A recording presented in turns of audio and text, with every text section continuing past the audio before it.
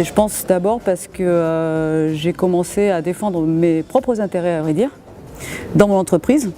C'est-à-dire que j'ai eu un souci avec ma direction et en gros, j'ai pas accepté certaines choses, certaines injustices. Et donc en fait c'est un petit peu fait tache d'huile parce que quand on arrive à se défendre, les autres salariés le voient et puis un jour ils viennent vous voir pour savoir tiens qu'est-ce qui se passe. Et c'est comme ça qu'on m'a demandé en fait d'être au début au CHSCT.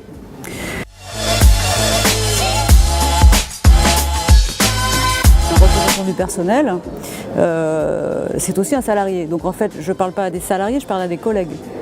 Donc au début, il y a une proximité qui se met en place, une confiance. Donc les gens vont te suivre pour une grève, vont te suivre pour certaines choses parce qu'il y a une confiance qui se met en place. Après, il faut effectivement dissocier, se dire, mais je fais partie d'un syndicat aussi. Je ne suis pas que moi, telle personne. Je fais partie d'un syndicat, ça veut dire quelque chose.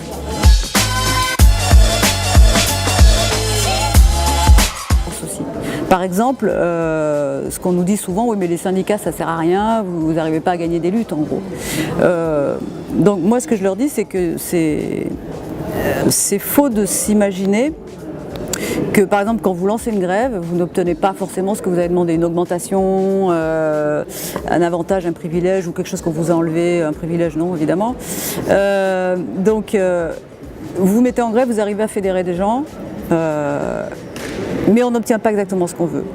N'empêche que, à chaque fois qu'il y a eu un mouvement, en tout cas nous chez Ipsos, ça a amené des gens qui ont eu conscience qu'il y avait quelque chose de collectif, des gens qui sont venus s'engager. Alors c'est pas un pourcentage forcément énorme, mais ça amène toujours quelque chose en plus.